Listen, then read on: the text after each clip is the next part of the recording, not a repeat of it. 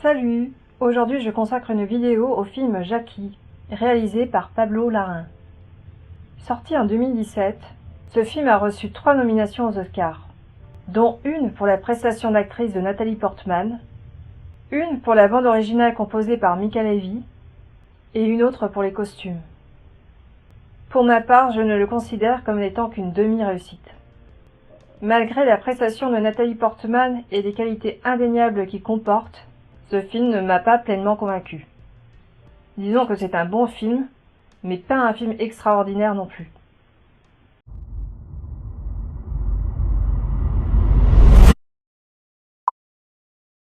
Les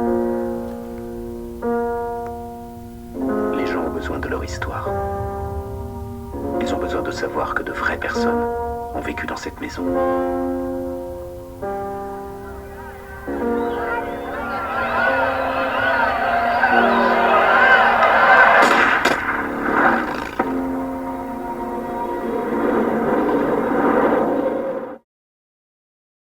D'habitude, je ne suis pas une très grande fan de biopic, et en plus la vie de Jackie Kennedy ne m'intéressait pas spécialement. La vérité quant à l'assassinat de JFK non plus. En fait, ce qui m'a poussé à regarder le film, c'est qu'il y a Nathalie Portman dans le rôle principal et Darren Aronofsky à la production. Cela me donnait déjà une garantie que le film serait bien, que cela ne pouvait pas être n'importe quoi non plus, parce que je ne connaissais pas du tout le réalisateur Pablo Larraín à ce moment-là. Alors voilà le synopsis. Suite à l'assassinat de John Fitzgerald Kennedy, son épouse Jackie va vouloir lui organiser des funérailles solennelles dignes d'un chef d'État, afin d'honorer sa mémoire. Mais va se heurter au refus de ses pairs, qui redoutent une autre menace terroriste à leur rencontre. Celle-ci va devoir se battre pour réaliser son vœu le plus cher, que son mari et elle ne soient pas des oubliés de l'histoire. Déjà, pour commencer, je trouve que ce synopsis rappelle presque le mythe d'Antigone. D'ailleurs, dans ce film, Jackie nous est dépeinte comme une révoltée, qui n'obéit qu'à ce que dictent sa conscience et son cœur, en dépit de la raison des pouvoirs en place. Ensuite, ce que je peux te dire sur le film, c'est qu'il y a eu un réel travail de reconstitution historique, une recherche minutieuse dans la véracité des événements. La visite officielle de la Maison-Blanche à la télévision, la scène dans laquelle le couple Kennedy est accueilli à l'aéroport de Dallas et l'assassinat de John Fitzgerald Kennedy sont parfaitement similaires aux images d'archives officielles, dans les moindres détails. Mais ce film se démarque nettement d'un simple documentaire historique. En fait, il s'agit d'un faux biopic, parce que malgré le fait qu'il s'appuie sur des faits réels, il invente une fiction qui nous relate ce à quoi le quotidien de Jackie Kennedy aurait pu ressembler dans les heures et les jours qui ont suivi l'attentat.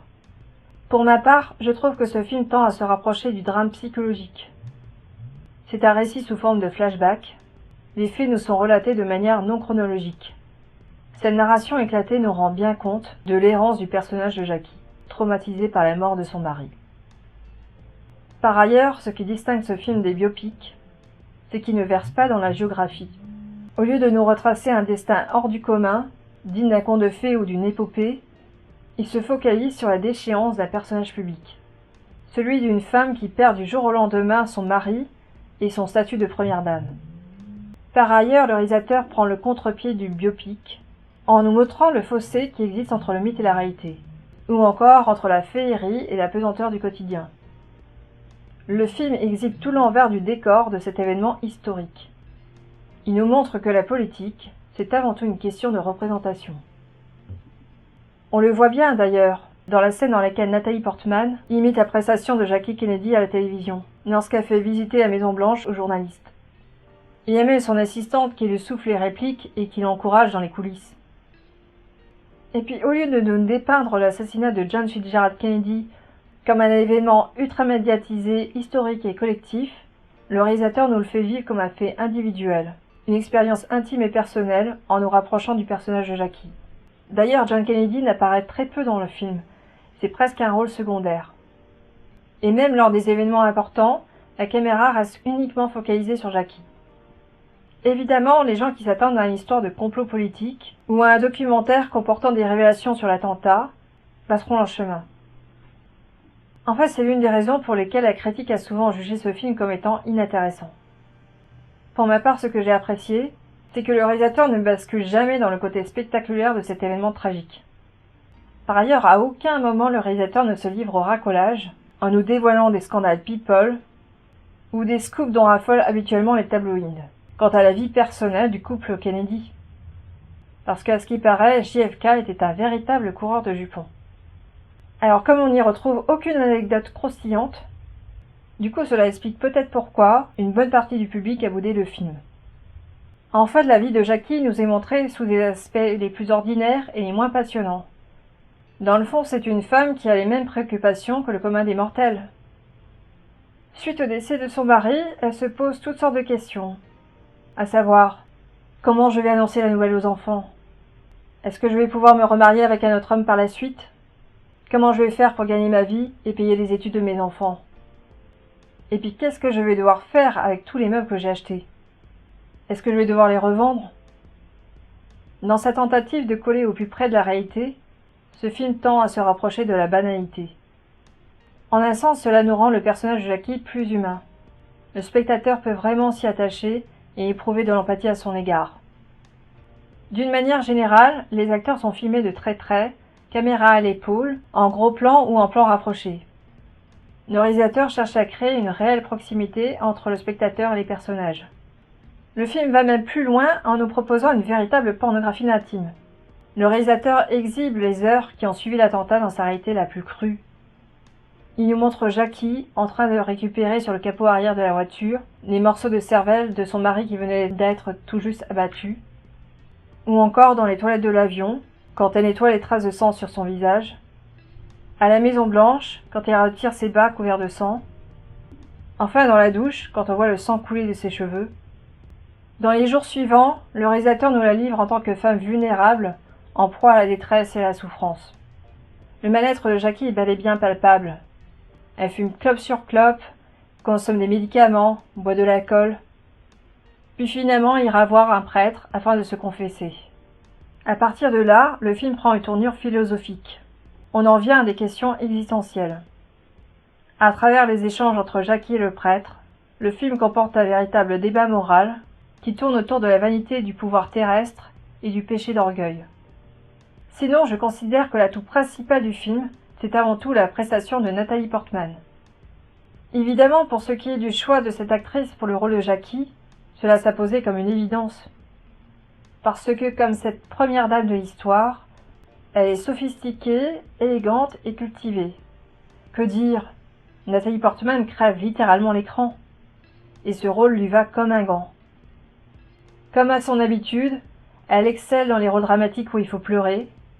Néanmoins, son jeu d'actrice reste juste et sans exagération. D'une manière générale, le film ne verse jamais dans le mélodrame et la mise en scène reste sobre. La raison pour laquelle ce film peut paraître long et ennuyeux par moments est que certaines scènes sont parfois dénuées d'intérêt et tombent à plat. Par exemple, moi j'aurais bien retiré cette scène dans laquelle on voit Jackie et Robert dans la voiture à côté du cercueil, ou encore cette scène dans laquelle on voit Jackie apporter le gâteau d'anniversaire à son fils. J'ai aussi remarqué que certaines scènes se répétaient. Je comprends tout à fait que ces redondances ont pu ennuyer le public. Il faut aussi que je te parle de l'utilisation de la musique dans le film. Dès les premières secondes du film, des glissandos de violon larmoyants et dissonants sur un fond noir d'ouverture, suivi d'un gros plan sur le visage désemparé de Nathalie Portman, nous donne déjà le ton. La musique nous plonge d'emblée dans une atmosphère pesante. Tout cela résume bien l'état psychologique de Jackie, à savoir une femme dévastée moralement. Je trouve que cette manière d'introduire le film constitue une entrée en matière efficace.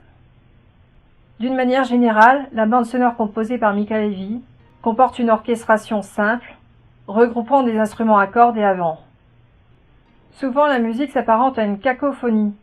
Elle se fait par moments dissonante, désagréable, peu mélodieuse et lancinante. Elle nous met mal à l'aise. Un procédé qui demeure constant tout au long du film, c'est la musique qui vient amplifier les émotions de l'actrice lorsque son visage est filmé en gros plan. Parfois, la musique est mal utilisée et devient trop présente, voire envahissante dans certaines scènes. Néanmoins, elle fonctionne à merveille dans la scène dans laquelle le couple Kennedy descend de l'avion et est accueilli à l'aéroport de Dallas. À ce moment-là, la caméra se focalise sur le visage tourmenté de Natalie Portman et la musique, avec une mélodie distendue à la flûte traversière, ne fait que renforcer ce sentiment en générant un climat anxiogène. Elle anticipe déjà sur la suite des événements, à savoir l'assassinat de JFK. Et puis elle fonctionne aussi dans la scène dans laquelle Jackie rentre le soir à la Maison Blanche, se déshabille et prend sa douche. La musique qui accompagne cette scène comporte des silences au sein de son phrasé. Cela traduit bien l'état de choc et la confusion mentale dans laquelle Jackie se retrouve alors plongée. On croirait presque entendre des soupirs ou des sanglots. En ce qui concerne l'image, ce que j'ai remarqué, c'est l'omniprésence de la symétrie. On le voit bien dans le plan général, opposant Jackie aux journalistes, lorsqu'ils sont assis en face à face sur la terrasse, ou lorsqu'elle se déplace à l'intérieur de la Maison Blanche. Ce ne sont que des exemples parmi tant d'autres. La symétrie renforce le caractère officiel et imposant, mais aussi froid, impersonnel et austère, de l'environnement dans lequel évolue le personnage principal, mais aussi l'attitude d'opposition de Jackie vis-à-vis de ses pairs. Pour conclure, je dirais que c'est un film qui était extrêmement bien maîtrisé de bout en bout. Le réalisateur Pablo Larraín a fait preuve d'une grande virtuosité, c'est vraiment un cinéaste à suivre. Mais j'en suis sûre que les thématiques abordées dans le film auraient mérité d'être davantage développées et approfondies. D'ailleurs, ce film est assez court, il ne dure que 1h30, c'est bien dommage. Voilà, j'espère que cette vidéo t'a plu. Si c'est le cas, n'hésite pas à la liker. Surtout, n'oublie pas de t'abonner à ma chaîne afin de ne rien manquer de mes prochaines vidéos. Je te dis à bientôt.